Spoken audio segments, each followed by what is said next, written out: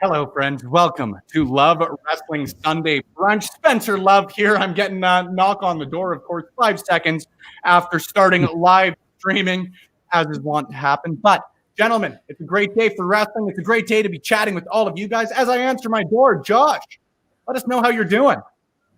Fantastic. It's early in the morning for me, but it's still good. I'm happy to be here finally. I'm doing fantastic. No complaints from me. How many energy drinks are you on?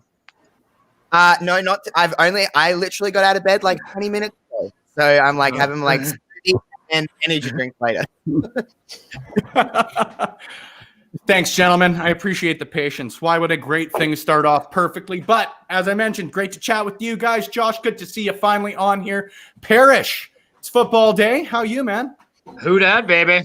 It's a bittersweet day, you know. I'm doing well. I'm very excited, but at the same time, probably Drew Brees' last home game. So, and there's not a lot of people to see it. So, yeah, hopefully we pick up a dub, and then I can look forward to next week. But yeah, I'm doing all right. But my Mighty heart Joe Morin. is better than Ethan's pages. Ouch. Mighty Joe Morin, how are you doing, my friend? It's good to see you. Yeah, not too bad. Things are not too bad here in Southern Ontario and Canada. You know, we're under quite a few restrictions now when it comes to doing much, due to COVID-19. And but other than that, I mean, there's plenty to go on, lots of wrestling to see and watch and talk about. Absolutely, my friend. And of course, last but certainly not least, the contractually obliged but always happy to see Mr. J. Good to see you, man. You missed a hell of a show last week. It's good to see you back here. Well, it wasn't in my contract, so unfortunately, I didn't feel like showing up. Restrictions, and watch wrestling at the same time if I can. That's all I've been up to.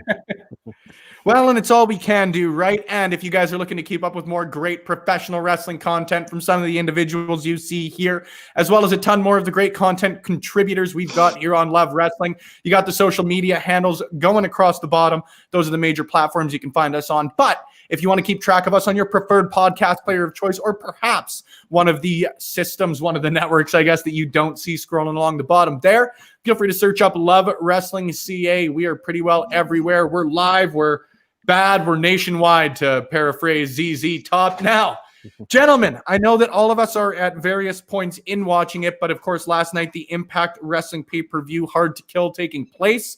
It was a hell of a show. I was lucky enough to watch the whole thing as it happened. I really, really enjoyed it. Of course, save for the few personal moments that everybody has in every wrestling event that ever happens ever. But I really enjoyed it. So what I wanted to do is, obviously, we all know that Impact and All Elite Wrestling, if you guys haven't heard, seem to be working together a little bit lately. So I figured a fun topic over today's brunch would be some of our AEW versus Impact dream matches. Because how far this relationship's going to go, none of us really know. How long it's going to continue, none of us really do know. It seems like they're setting up for a Kenny Omega versus Rich Swann champion versus champion match here in the near future. Even that's not guaranteed at this point, though. So I wanted to get each of your thoughts on if this is to continue, if this is going to be like, I hate the phrase invasion angle because I feel like it's so tainted after the late 90s, early 2000s. But Josh, as your first appearance on Sunday Brunch is happening right now, we're going to turn to you first with some of your AEW versus Impact Professional Wrestling dream matches. Before we do, if you guys are in the comment section, as I know a couple of you are, let us know your favorites. We're happy to chat about them. We want to chat about what you guys want to hear about here on Sunday Brunch. We're going to punctuate it with some sweet video content from us here, contributors at Love Wrestling. We've got exclusives. We've got some previews coming your way. But Josh, right now, we've got some of your Impact Wrestling versus All Elite Wrestling dream matches. Well, everyone's not going to be shocked to hear that I'm going to throw out some women's matches here just because. What? I know, crazy. The one that kind of comes to my mind first is Deonna Purrazzo and Britt Baker. I just want to see them two tangle, and I just want to see them two just get some shine and everything like that. So that's the kind of one that immediately pops into my brain. It's kind of the only one that's kind of jumping out at me at the moment, just for the fact that it's just something I want more of, and I think they could do some pretty cool things together if that's not overselling it too much. Did you get a chance to watch Purrazzo and Valkyrie last night? That's the only match I've gotten a chance to watch from yesterday, good. and it's very, very good. Everybody will have their takes on the phrase, but Impact's already branding it as like an instant classic, and that's some really high praise. I try and reserve those sorts of phrases for like the top of the top. Mm-hmm. I don't know if I would argue that, to be quite honest with you. I just love the match, and in a definitely crowdless area too. Yeah. It's hard to kind of, for me anyway, it's hard to watch stuff without a crowd. It takes the third person out of the match in a weird way. It's like the third member of the match. So it's like hard to, when it's done well and you can kind of forget that there's no crowd, I think you got to win it.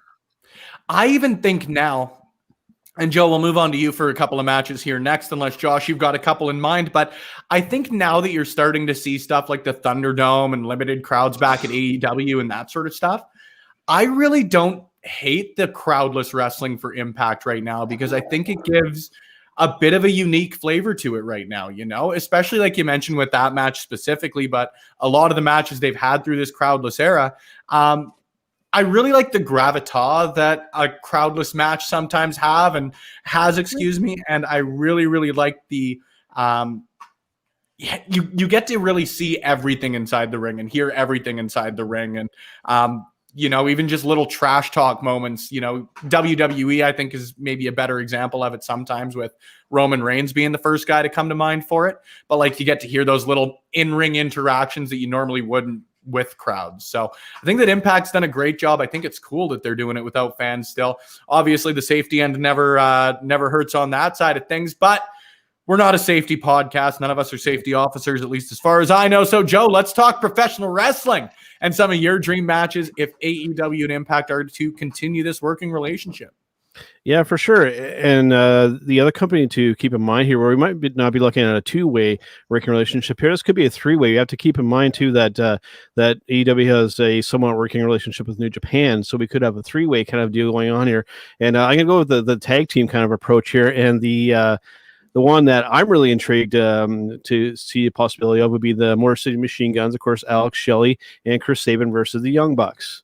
Yeah, that would be an excellent match, and I think I may have stole somebody's. But and then if you want to throw New Japan into the mix, we could have the Guerrillas of Destiny show up on AEW television to confront the Young Bucks.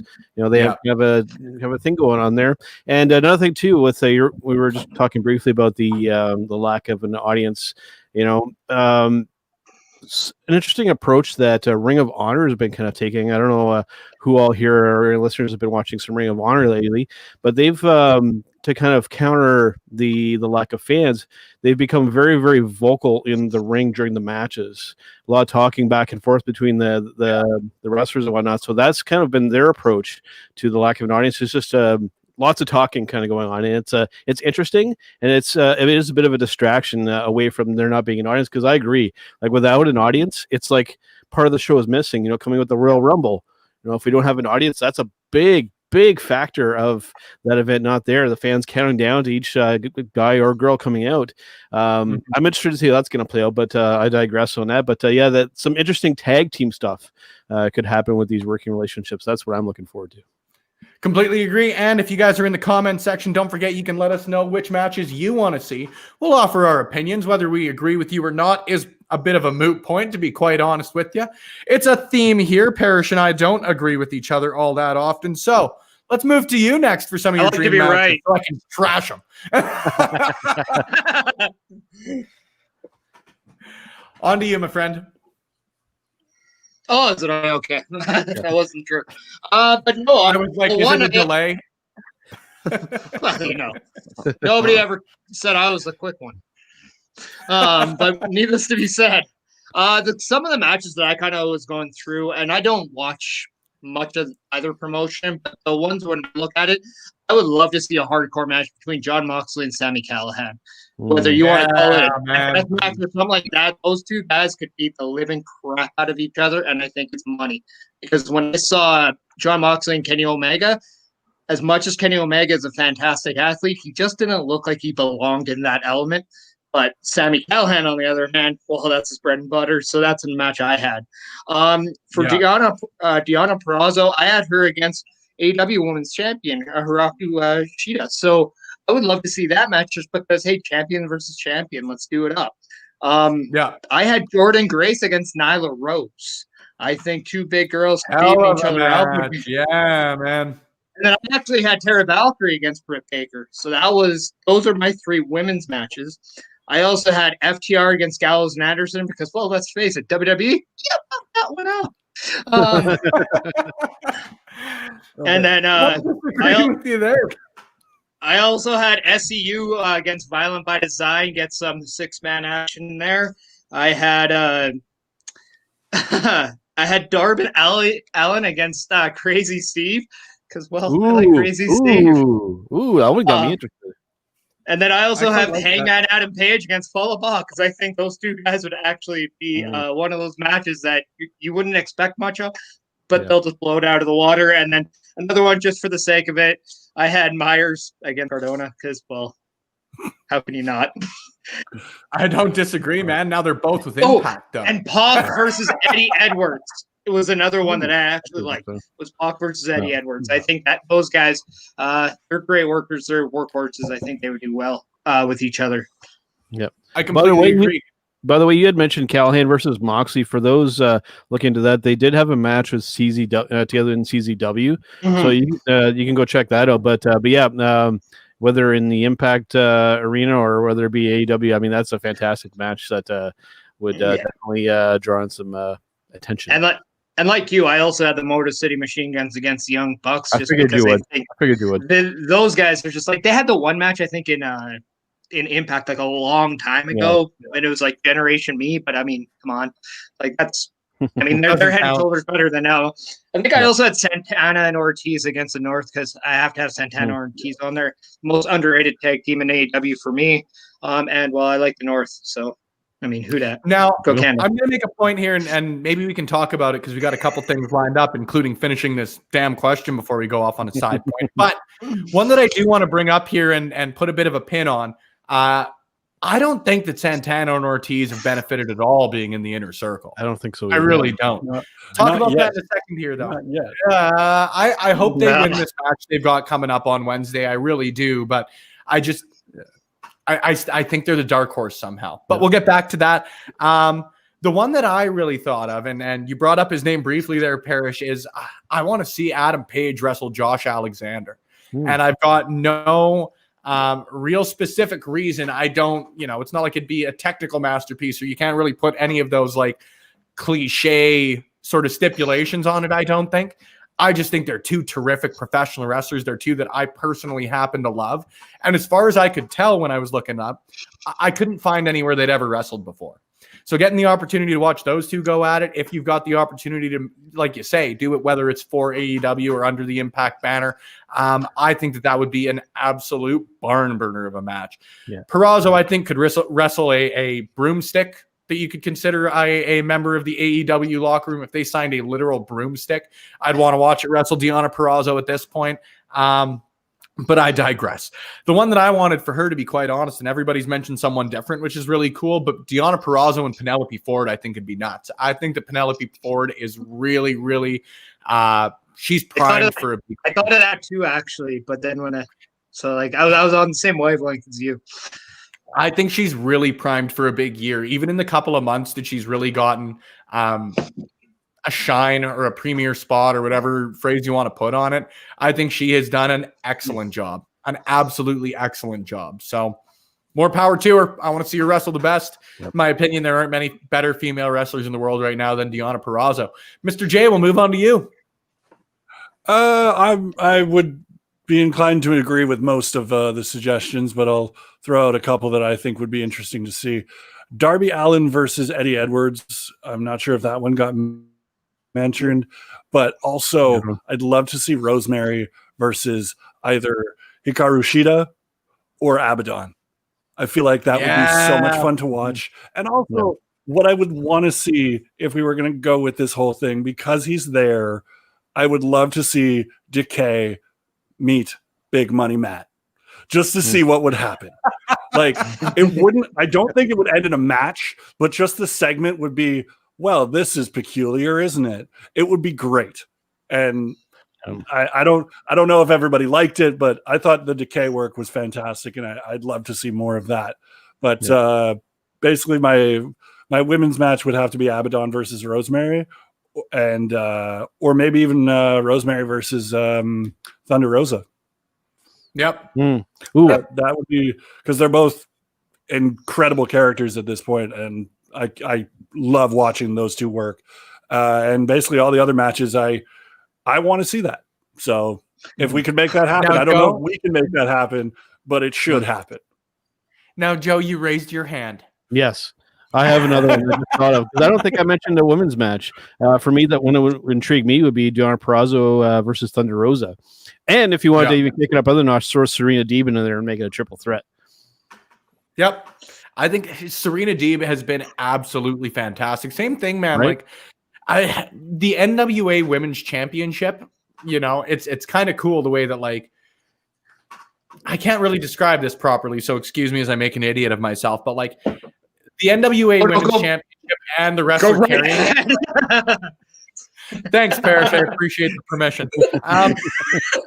Like, they both seem to elevate each other. Do you know what I mean? Like, everybody always knew that Thunder Rosa was a great professional wrestler before she carried the NWA Women's title. The NWA Women's title has had prestige since at least Jazz was carrying it. And I think she brought the championship back, if I remember correctly. Yeah. Underrated. And what a loss by WWE to not be able to keep Serena Deeb at that performance center. I mean, she would have been such an asset to have that long term. What a lot. Absolutely. Really, but you look at the way that it's elevated Jazz and Sienna and Thunder Rosa and Serena Deeb, like all of them, everybody knows are great pro wrestlers, and they just seem that much larger than life with the title. I think that's the sign of a great championship. You know what I mean? I think Roman Reigns is really the first guy to carry the Universal title and bring some of that panache to it. Yeah, you know what I mean? But the other thing I wanted to tie to before I close it out here and we hit a commercial break, I don't know how you do it. I don't even have a particular opponent in mind, but I want to see Broken Matt Hardy back in the Impact Zone somehow. Because not that he hasn't done great work elsewhere. I've really enjoyed this stuff. Even with WWE, I really enjoyed the Ultimate Deletion. I enjoyed the tag team with Bray Wyatt. But there was just something about his run with Impact as Broken Matt Hardy that had some magic to it. And I don't even think he would disagree, to be honest.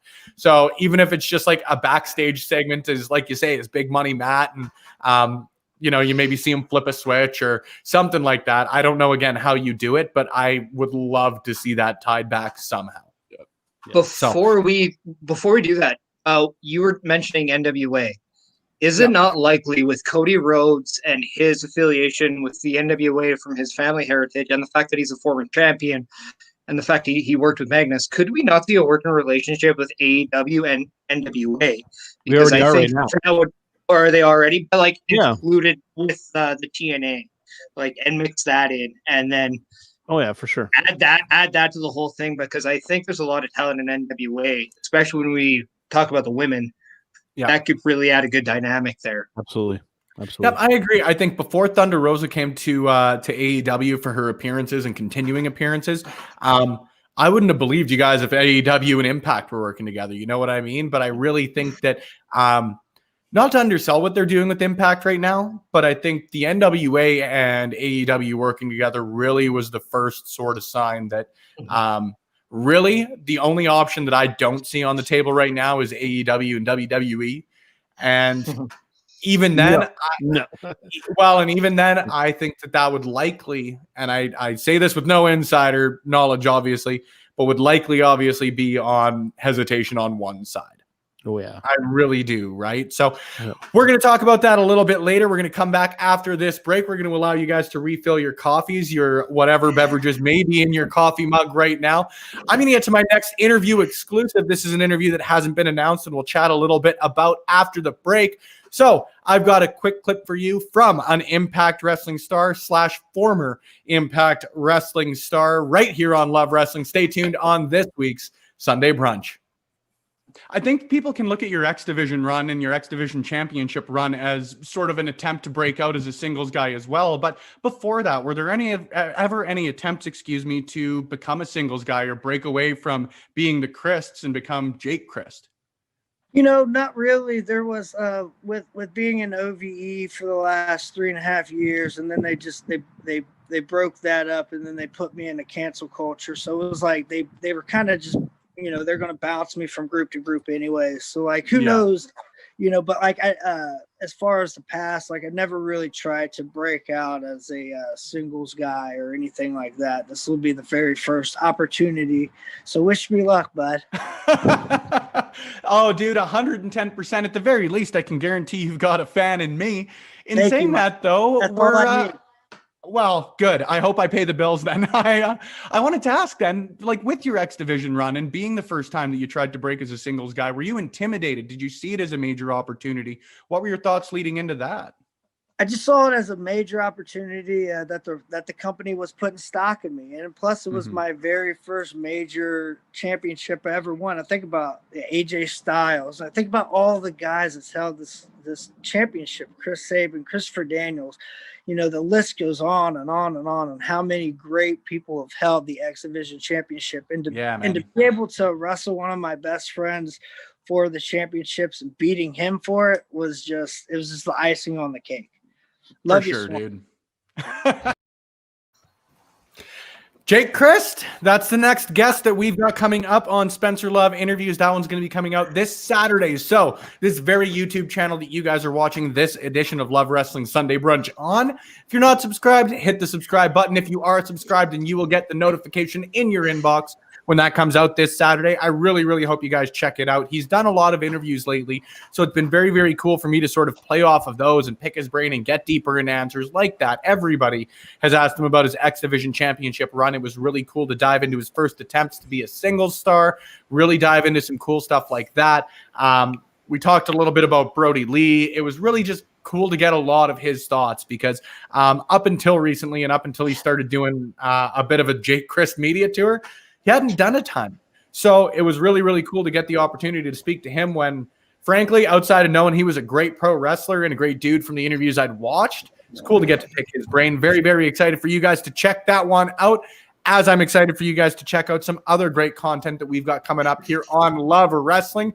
Josh, I know you've got some great stuff coming up here on Network and Chill. So we're again going to give a quick little preview. Don't consider this a commercial break. You do not have the time, nor should you have the need to fill up your beverages at this point. Just stick around for a little bit of networking and chilling. I do want to focus on what was referred to for a long time as the golden era of women's wrestling, that 2002 to about 2006 run with the Trishas, the Mickeys, the Alitas, the Victorias, the Molly Hollies, the Gail Kims, Jazz, Jacqueline, the list goes on and on and on. I want to focus on that. So that's what we're doing today.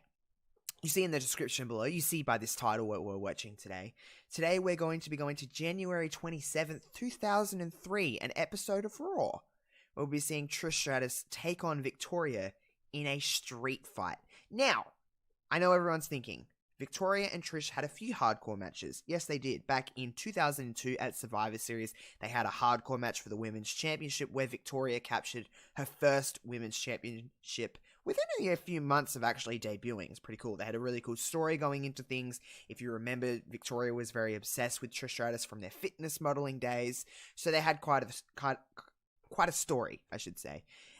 But the reason I'm not picking the first match and going with their second street fight or hardcore match, whatever you want to call it, I guess they're all really the same thing at the end of the day, is because this one is just a little better, in my opinion. And not only that, we focus so much on the first hardcore women's championship encounter between the two, we kind of forget the second sometime. And I honestly think this one is just a little more fun.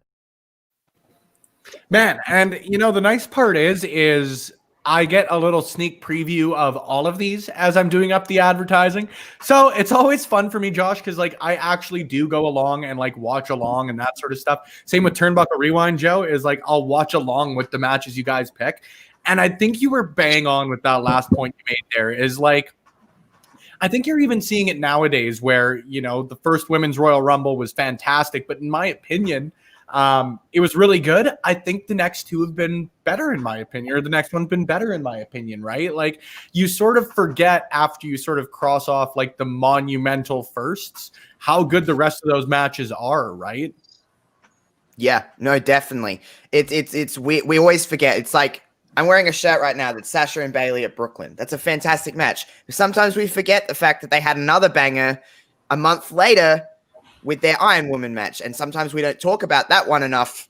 Whether it was better, it's irrelevant. They're both really fantastic matches. So that was the kind of idea behind it. And I was like, they actually had 3 street fights, Victoria and Trish, and I was like, okay, let's just take a pick. And I just picked the one in the middle. I'm the middle child, so I went with the middle one, and I was like, this one will do. Excellent reasoning, my friend. But I think people forget too back then that was the era where you actually saw the first main event of women on a Monday Night Raw too. Like they actually broke the mold for what we get to enjoy nowadays. I mean, we're seeing history get just elevated and evolved, if we want to say. But it was really put on the maps back then. Like they really set the stage for everyone. So that was a very good era of women's wrestling. Yeah, I completely agree with you. Now, on that end of things, I wanted to transition over to the next topic that we had here on this edition of Sunday Brunch. Of course, I'll give my little plugs for liking and sharing and subscribing and retweeting and Yelp reviewing and giving 5-star reviews and all of the other ways that you can support us here on lovewrestling.ca. It would really be appreciated. It does help us continue to bring you some of the best content in professional wrestling, whether it be interviews, previews, reviews, podcasts, opinion pieces, whatever it may be. We want to bring you the best. Any support we get helps us continue to do so. Gentlemen, the next topic that we wanted to talk about was one actually, Joe, you had suggested, I believe, in the chat that we've got going here for all of our work-related issues here on Slack. Does insider information spoil professional wrestling? And I'll let you kick off the topic because I would sort of assume that there was a reason for this happening, a reason you would suggest the topic. So I'll give you the ball, friend. Roll with it. Yeah, to kind of kick things off, it's essentially this is just talking to not sort of a casual fan of professional wrestling, but somebody that watches sometimes and listens to some wrestling podcasts and whatnot. And I've actually been asked the question quite a few times, and then I just get asked, since you kind of know a little bit of kind of what goes on, does it lessen your experience? Does it make wrestling less enjoyable to watch and whatnot? And for me, it absolutely doesn't. If anything, it kind of goes the other way, just because I know everything that's been involved to execute these matches and these shows. It actually makes me appreciate it more, knowing more information, which I guess would be kind of the opposite of what some people would expect, but yeah, having the insider knowledge to me, it just gives me more. I just have even more respect for especially the people that work in the ring to pull off these matches. That's for me the first point of that. I'll let you pick who goes next. It's your topic. Let's go with Parrish. Since Parrish is actually wrestles in the ring, I want to get his take on it. So it's funny that this is a conversation. So right before this, I was watching The Last Ride, and AJ Styles said on that last ride that the one thing he learned a lot about WWE was that it was all about moments. And as a fan, because I try to separate myself as a fan as much as possible, I like to get the information as fast as I can. But as the performer in me, I love the aspect of telling that story from start to finish. I love the race. But at the end of the race, when it's all done, you're just trying to find out who the winner is because you don't have time for it. But with that being said, I think there's a lot to go with when you're doing that and putting in that story. You get to miss out. Like you get to watch everything unfold. Like if you are a fan of professional sports, go back and watch the favorite professional sport team you've ever watched and understand that mentality and that ride that you go through from start to finish. There is almost no better time as a fan enjoying that ride. But that adrenaline feeling you get at the end, there's nothing like that either. But at the end of the day, I think when you get a chance to actually enjoy it, it makes that moment so much more better and appreciative. Because it's one thing if in 20 years I can tell people, oh my God, you got to check out this match. It was phenomenal. But then when you get to watch it and you get to appreciate the little things that made it phenomenal, that's when it actually becomes bigger than life and larger than life. So yeah, it's about those moments, but I don't think a moment is really captured by just seeing a moment. You actually have to understand how it developed and how it became a moment. So that's kind of where I go in. So a spoiler, if you ask me of like, hey, this happened, it's one thing. But if you actually get to like enjoy it, my God, that makes it so much better. From you mentioned the moments, and those are the things that I really look for, and you really kind of get attached. You know, like the Hardys coming back at WrestleMania. You know, like say in New Japan, like Chris Jericho showing up and kind of out of nowhere. Gangrel showing up in Ring of Honor. All those kind of surprising moments are the stuff that I really quote unquote mark out for, just because I get those legitimately exciting moments that you don't see coming, and that's what I did, because knowing more than the typical person, that's the stuff that I really get a kick out of. And unfortunately, there hasn't been a whole lot of it lately, but I'm excited. We had mentioned actually I think last week on this show, Spencer, with the Royal Rumble, given how it's kind of, there's not going to be people there, so there's going to be a little less kind of insider knowledge. There being the potential of more surprises, and I hope that you're right, and I'm hoping for at least a handful of surprises coming to that show, because those surprise Royal Rumble moments are what I really pop for. Yep. For me though, and like if you don't mind me picking up the ball here, yeah. When I even look at like not real sports, but like your traditional sports, I suppose, your hockey, football, all that sort of stuff. I've always enjoyed the business side of that as well. You know what I mean? Like some of my favorite periods, I'm a hockey fan through and through. So free agency, the draft, stuff like that, big trades, those are the sorts of things that I really, really enjoy. So for me, having that insider knowledge of, say, this person signed with WWE versus getting their surprise debut or whatever it may be, I don't have a preference either way, to be honest with you, because I think that they're really two different schools of thought. The example that I'll use is, and I know at least Parrish will make fun of me for being a mark, because I am, but like we all are, dude. Don't worry about it. Right. Before I get into this, we're just going to give a quick hello to our friends at Wrestling Plug Inc. Hello, everything's good, fam, especially now that you are here tuning in. If you got questions, let us know. Right now's topic is, does insider information spoil professional wrestling? So again, for me, the comparison I'll use is, and I know it's not a perfect one, but you look back to the 90s. Everybody who debuted made a surprise debut, because back then, really, the only options you had were PWI and The Observer. And as big as they were, they still weren't as mainstream as you see now with the internet, right? So a guy like Chris Jericho or anybody like that who made a debut, for the most part, was a surprise debut, despite the fact that even back then, Chris Jericho was reported to have signed with WWE or WWF, weeks before he debuted. So now, obviously, things have changed just as far as the actual mechanics of it goes. So Jericho was a favorite of mine. Chelsea Green is a current favorite of mine, right? We all knew months in advance of her even appearing on NXT television that she is signed as part of a class of 7 that includes Matt Riddle, yada, yada, yada. And for me, does that take a little bit away from the initial coming through the curtain and nobody knows she's signed, or few people do? Yes and no, because at least for myself, when I know it's a personal favorite that I grew up watching on the indies and that sort of stuff, I'm going to be just as psyched watching them come through the curtain, but for a very different reason, in that, it's like getting tickets to a concert the day of versus buying them when they go on sale, right? Mm. They're two very different forms of excitement. And for me, apples to oranges isn't even the right comparison, because I don't think they're that different, but I think that having that knowledge just allows you to be excited in a different way. Right? When I see speculation on Bray Wyatt, to use another favorite, this could be the direction for him to go in the future. Whether it's true or not, with stuff like this or whatever it may be, I love chatting pro wrestling. So whether it's true, whether it's bullshit, whether I love it, whether I hate it, gives me something to talk about with other professional wrestling fans.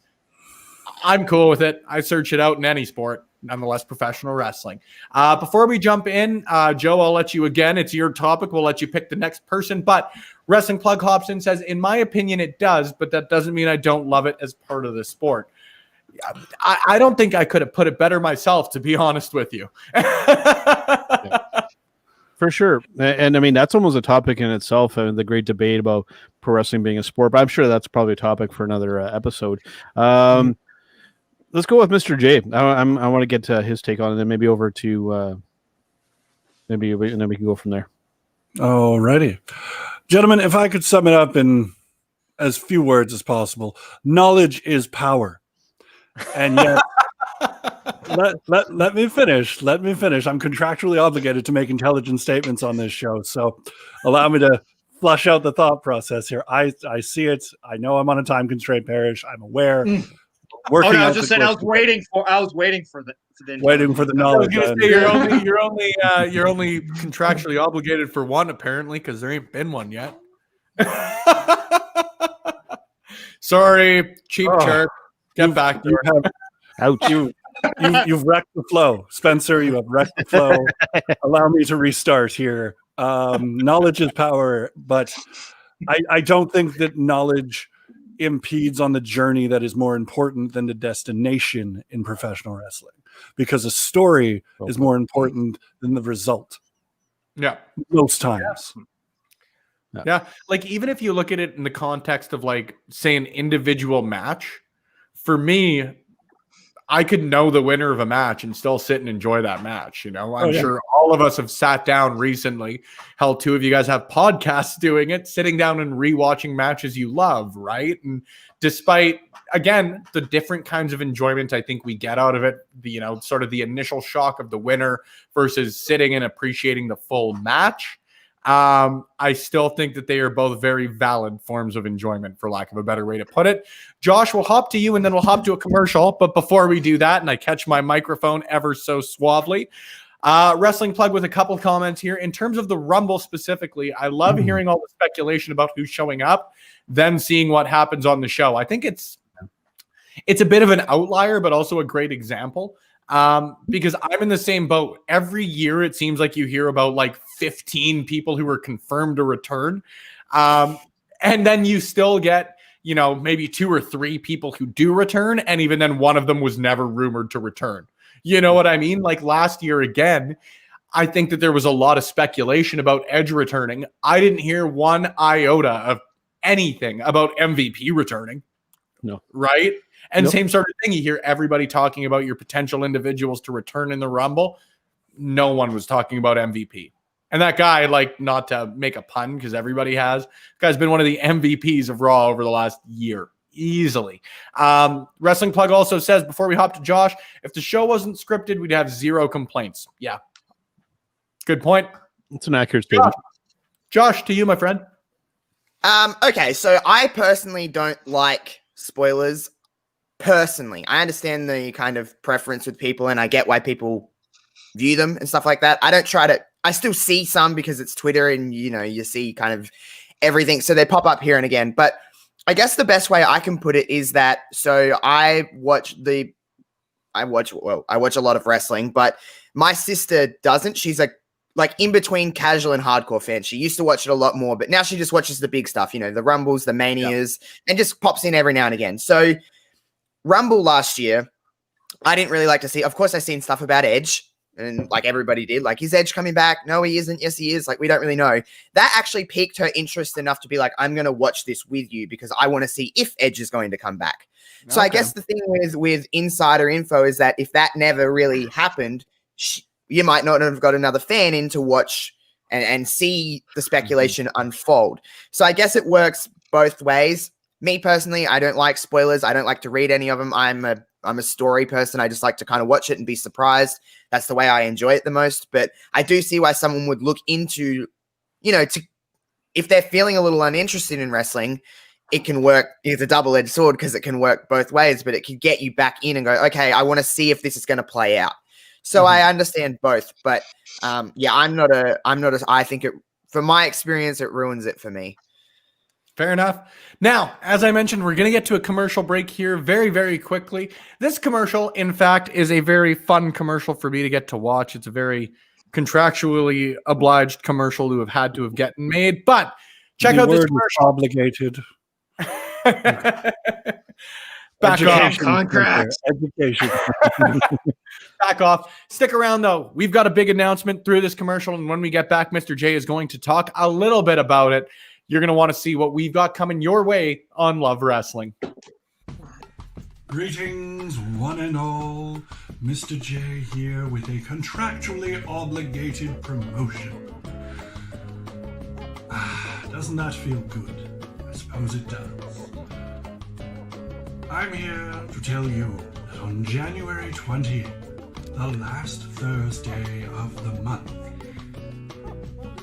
Love Wrestling will present Quizplex, a knowledge-based wrestling quiz game to put your intellect to the test. Not mine. It was never in question. So tune in so that I may judge you and find you lacking in knowledge. I've been Mr. J. Ta-ta for now.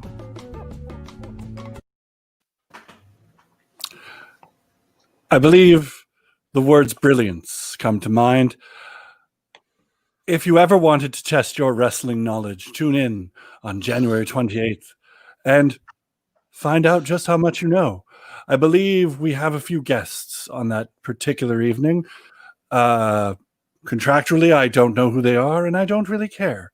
Spencer, maybe you have answers on that, but it's my time now.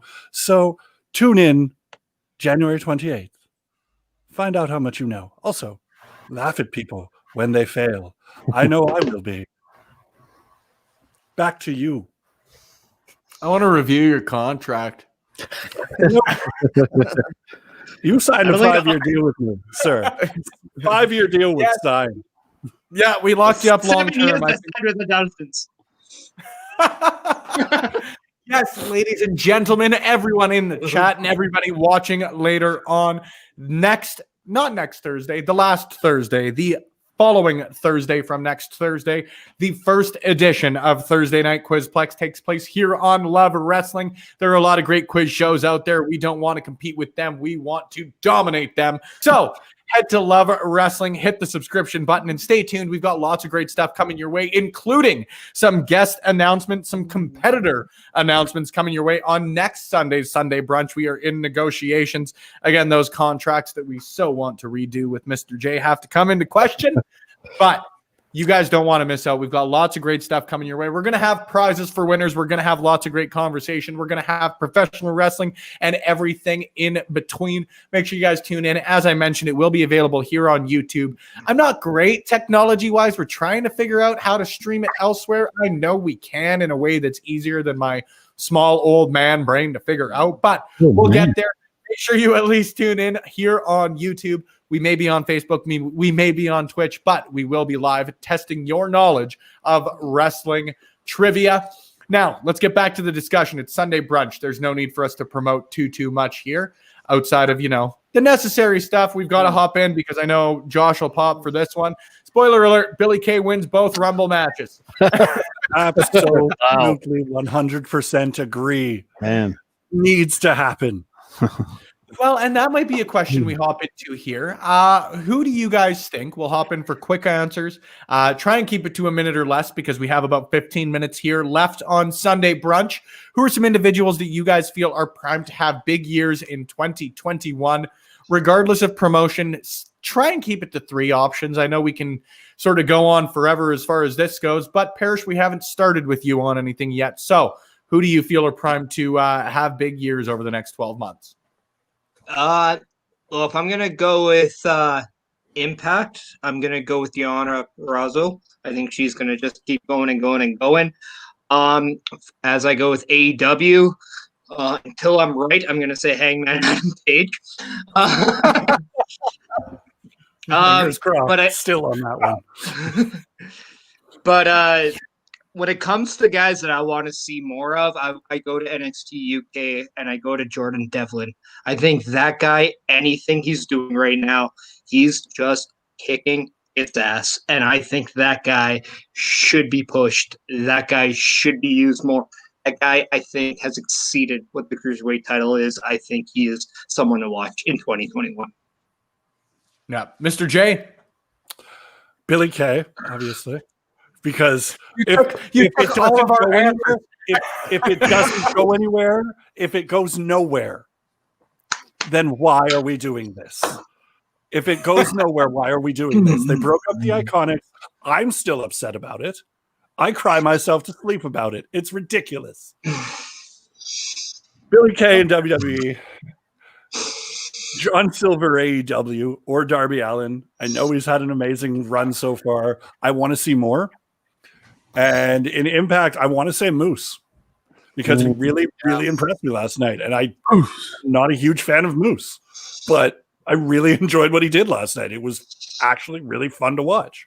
So those are my three. Mr. Josh Robinson, I'm going to put you on the spot because I do feel like your answer got taken, and it's fun for me to do this as the host. Yeah, well, first and foremost, I just have to say, put it on her resume. At the bottom, SmackDown Women's Champion. I'll be a big fan of that one. So I'm going to say Billy Kay, Bianca Belair. Wow. Bianca's a good choice. She's a really, really good choice. I could see her. In fact, I don't even know if I'd put her as a dark horse, to be quite honest with you. She's going to be. I think it'll be her and Sasha at WrestleMania. I think, for what it's worth, I think Belair will win the Rumble, and I think her and Banks are going to be at Mania. I've said that from 6 weeks ago. I'm like, I think Belair's got this one, but just because I can't not say Billy Kay, I want Billy Kay to win all of the titles. I want Billy Kay to go all of the promotions, win all of the championships. Imagine that resume. Ooh, that headshot would be looking good. I like this gentleman. I like this gentleman quite a bit. We're on the same page. Mighty Joe Morin, let's hop to you, my friend. I have two picks as well on the women's side and on the men's side. On the women's side, I'm just looking for more from Thunder Rosa. She's going to continue on being one of the best in women's professional wrestling these days. And on the men's side, kind of a dark horse that many people aren't expecting coming out of Ring of Honor, Mr. Jonathan Gresham. I'm really looking for 2021 to be a breakout year for him because, I mean, he one of the best technical wrestlers in the business right now and somebody who goes underappreciated. Absolutely fantastic, and I want to see more from Jonathan Gresham. Completely agree here. I've got to hop into my segment, of course, putting myself over. Mike Louie. Damn, that Spencer guy is handsome. And I'm just going to leave that one there until we get another comment in and /or. And you said intelligence is power? Negotiated. But my contract's getting renegotiated. And I see how this works, Spencer. You said knowledge is power. What is with this? Knowledge is power. And I know learn how to run the StreamYard, and you guys can start leaving the comments up yourself. For me, I think that the name that immediately came to mind for me is a guy who we talked about earlier in the show and currently doesn't even have a promotion, Ethan Page. I think that he had an absolutely phenomenal year last year, but you know, it's weird. You know, I don't think that being the quote unquote or a quote unquote candidate for breakout star at any point disqualifies you from winning that award again. You know what I mean? I think that everybody knows he's great. You see his work even last night on Hard to Kill with the Karate Man versus Ethan Page match that was much better, I will say, when it was released a couple weeks earlier. But he's fantastic. He's proven he can kick ass when he's worked with Josh Alexander as part of the North. And I think that wherever he goes, whether it is AEW, Ring of Honor, WWE, New Japan, like MLW, whatever it may be, he's going to be a huge asset wherever he goes. Like, he's a guy, the best way I can sort of put it is that he would be a guy that I could see making a huge impact in like a traditional year on like a Raw after Mania, or like one of your bigger episodes of the year when you want to make a big splash, you know? He's that sort of level of guy for me. He's going to be huge. And I said her earlier in the show, so I've got to mention her again right now. But Penelope Ford, I think, is going to do some great, great things this year.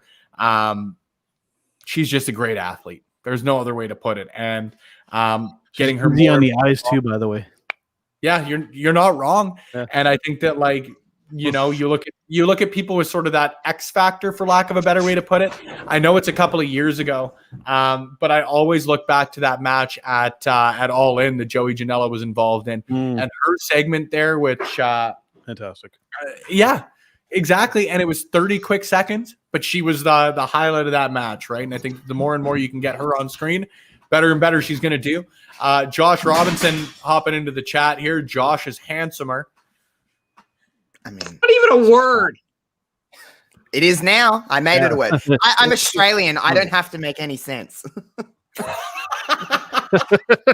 That's okay. We're not very good at the English language, so that's actually that argument. When it comes to set in the bar, you're down on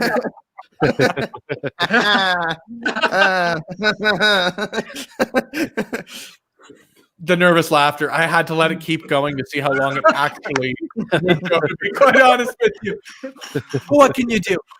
Gentlemen, we've only got a few minutes left here on this Sunday's edition of Love Wrestling Sunday Brunch. So let's go in order again of the last segment that we just had. Parrish, where can people find you? Where can people keep track of you? Because I want to get that over and done with so that people can get following, tune into the exclusive that I've got here from my previously announced interview with Jake Kristen. Get on with your day. It's a beautiful Sunday, so let's wrap it up with some cheap plugs. Parrish, you start. Where can people find you?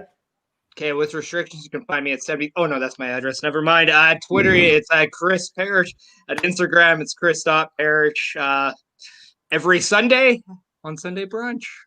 Make sure you follow, come in. And then whenever wrestling shows are held, Monster Pro Wrestling, Pure Power Wrestling, and the occasional Canadian Wrestling Elite. Absolutely. Mr. J, where can people keep track of you? Where can people find Poetry of a Promo? Whether through Poetry or anywhere else. At Poetry of a Promo on Twitter and this thing called Instagram. We're on that, apparently. It doesn't matter to me. You can also find us on lovewrestling.ca, cheap plug, on our own brunch show anyway. Moving on, we have a wonderful episode coming up on Monday featuring a math lesson from Professor Steiner. Oh, yes, God. you heard that right. Oh, God. Tune in Monday and learn about numbers and percentages and the sheer brilliance and geography, because there's a geography lesson in there as well. Oh, yeah. Monday is going to be motivational, educational, and there will be no sympathy. Can't wait, man. Again, it's one of the perks of the job, but getting the sneak peek on that one. You know my feelings on Scott Steiner. I could do a full Sunday brunch on the gentleman himself. I think you guys are going to like this one. Mighty Joe Morin, I know you and Carl have some great stuff coming up on Turnbuckle Rewind, so maybe give us a little bit of a preview on that end of things, and then where people can continue to keep track of yourself, Carl, Turnbuckle Rewind, and, of course, your flagship Turnbuckle Talk. Yeah, absolutely. Coming up this week on Turnbuckle Rewind, we're going back to 2016 with NXT TakeOver in Dallas. Shinsuke Nakamura versus Sami Zayn. Still one of my favorite matches from the past 10 years. Absolutely fantastic. It's going to be a hoot to kind of break down that match. I'm looking forward to it. And, of course, you can find us on Turnbuckle Talk every Tuesday as well. And on social media, I mean, obviously, we're part of the lovewrestling.ca platform. And, of course, for Turnbuckle Talk, you can find us there at TB Talk Pod on Facebook, Instagram, and Twitter.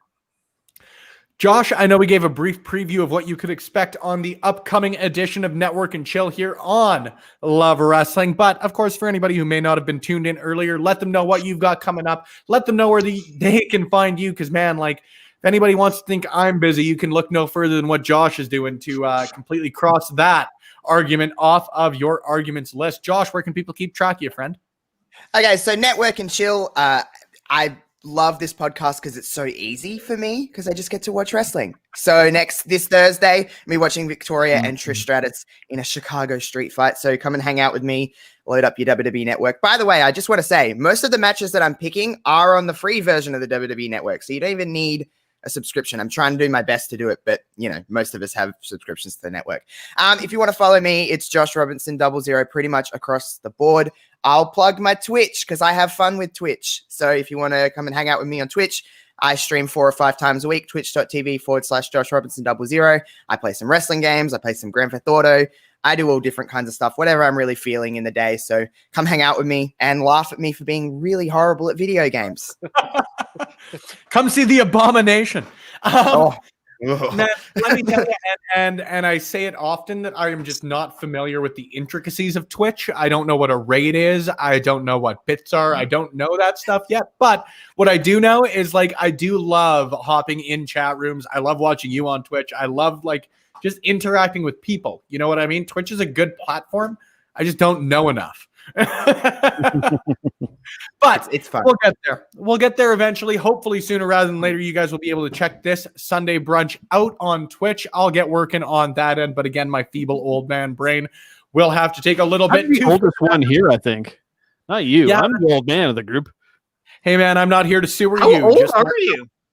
I don't know if I want to let that know here, but I was gonna say we'll take that one after the show ends. But I want to thank all you guys. My hip hurts. Does that count? Way to ruin the outro, Parrish. Thank you guys once again for tuning in to Sunday Brunch here on Love Wrestling. As mentioned, I've got a lot of great places that you can keep track of myself and Love Wrestling as a whole.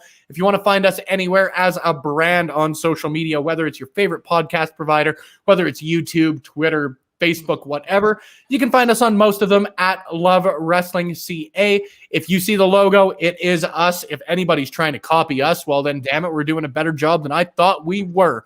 Off of the bat, it's been 18, 17 days since launch. If we've already got imitators, we're doing something right. We just got to shut them down, so let us know. If you want to keep track of me, I'm most active on Twitter at Spenny and the Jets. Excuse me, I'm most active on Twitter. That's at Spenny Love. Instagram is at Spenny and the Jets. I'm really trying to get that handle on Twitter, so I keep screwing it up.